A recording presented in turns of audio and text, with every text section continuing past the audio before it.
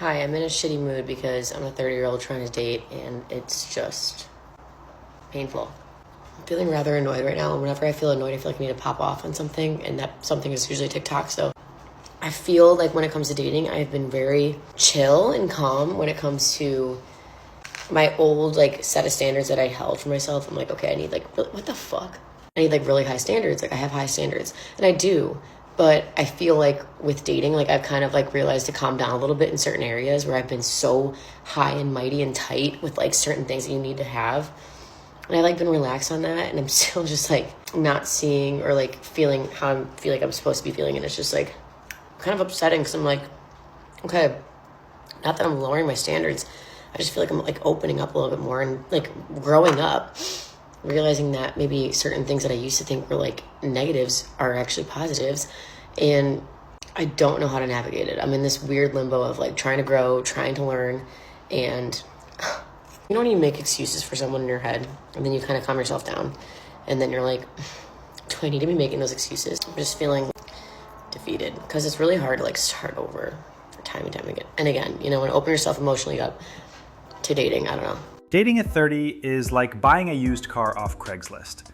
You show up with cash, good vibes and hope, then drive home wondering why the check engine light came on before you even left the lot.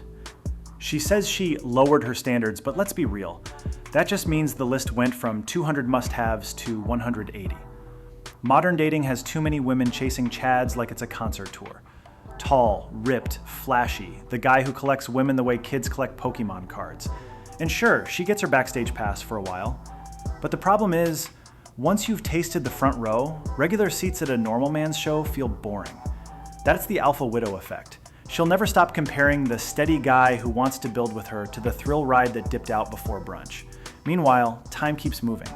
30 turns into 35. Options dry up faster than a TikTok trend. And suddenly the man she overlooked is with a younger woman who doesn't carry a highlight reel of past heartbreaks.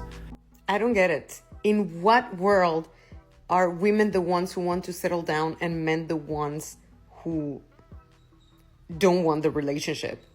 It's like you get to be the baby in the relationship because she takes care of the house. We're not going to kill ourselves. You're going to put 20% effort and she's going to put 80% effort. If you have babies, she's putting 70% effort. You're putting 10% effort and maybe 20 if you pay for a nanny. So what is up with men pretending that they are the ones who don't want the relationship? I don't think I want the relationship because what is it that I'm gaining? If we're 50-50 and then I'm putting 80% of the effort in the house, then it's a lose situation. It's a win-lose situation. I lose, you win. No, I'm not the one begging for the relationship, sweetie. You got it wrong. Modern marriage for men is like signing up for Netflix Premium and realizing it only streams ads. You're paying every month, but the peace, respect, and intimacy keep buffering. On paper, it's supposed to be total contribution by each spouse, but somehow the man ends up 100% handyman, 100% bodyguard, 100% ATM, and 100% wrong. That's 4 jobs at 0 salary. And when he asks about ROI, he gets told, love isn't about math, right before the chore list drops like an IRS audit. Men don't avoid commitment, they avoid bad investments. Imagine putting in a house down payment, funding 2 vacations, fixing the Wi-Fi, coaching Little League, and still getting side-eyed because the dishwasher door squeaks. That's not marriage, that's Shark Tank, and the pitch is upside down. High risk, low yield, 0 dividends, and if it tanks, the exit fees are brutal. The last thing you want to do is have a child by a broke, bum, dusty motherfucker, become a single mom, and then have to go back into the dating world and explaining why you had a kid with a dusty, broke motherfucker. You know how embarrassing that is? You know how much stress it is to bring a new person into your life or even try dating when you have a kid? Especially with a piece of shit. I picked the worst of the worst, bitch.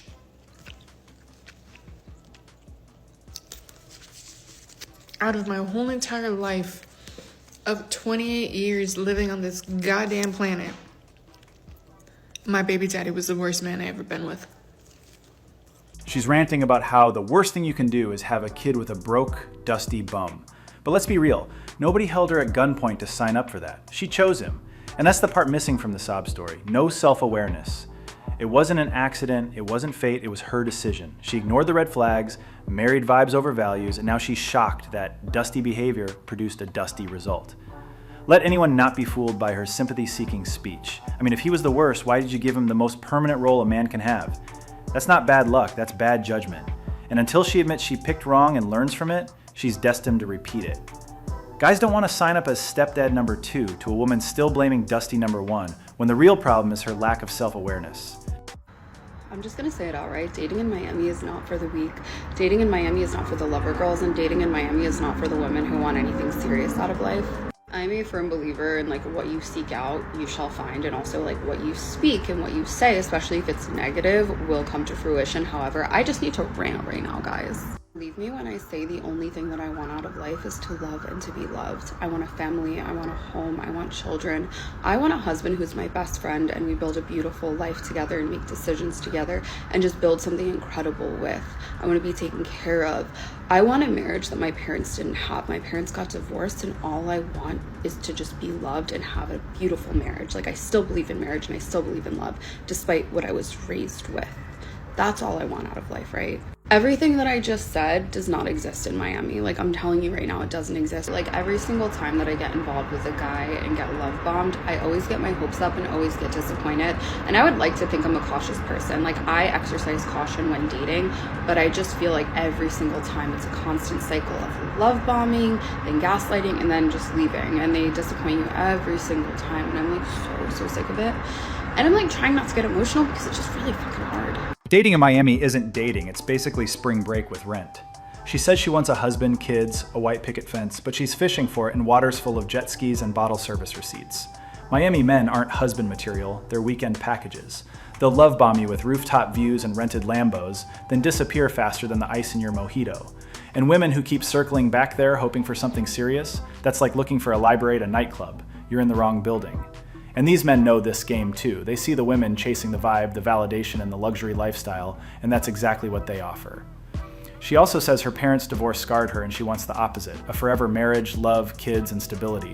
But here's the catch. If you keep dating in Miami with the same checklist and the same bad taste in men, you're on track to repeat the same cycle you're trying to escape. It's like watching someone swear they hate junk food while eating fries every night. You're not breaking patterns, you're recycling them. Wanting a different outcome while chasing the same love bombers is how you end up in the same courtroom your parents were in, just with a different last name on the paperwork. So I would love to get married again, but now it seems like men don't want to get married anymore. Like, why is this? Can't we just get a prenup and be happy and be married? I get it where there's so many people that just live together and they live a married life, but they don't actually get married. Are people at least getting rings still, so at least you can show like I'm taken when you're out and about if you don't want to get married? What is the real reason men don't want to get married anymore? She starts off saying she wants to get married again, and right there every man watching is like, hold up, so you already fumbled the first one? That's not exactly the strongest sales pitch for round 2. It's like a restaurant bragging about reopening after a food poisoning outbreak. People are going to think twice before booking a table. Now she's wondering why men aren't lining up for marriage. The answer is simple. Men have seen what happens when forever turns into 5 years and a court date.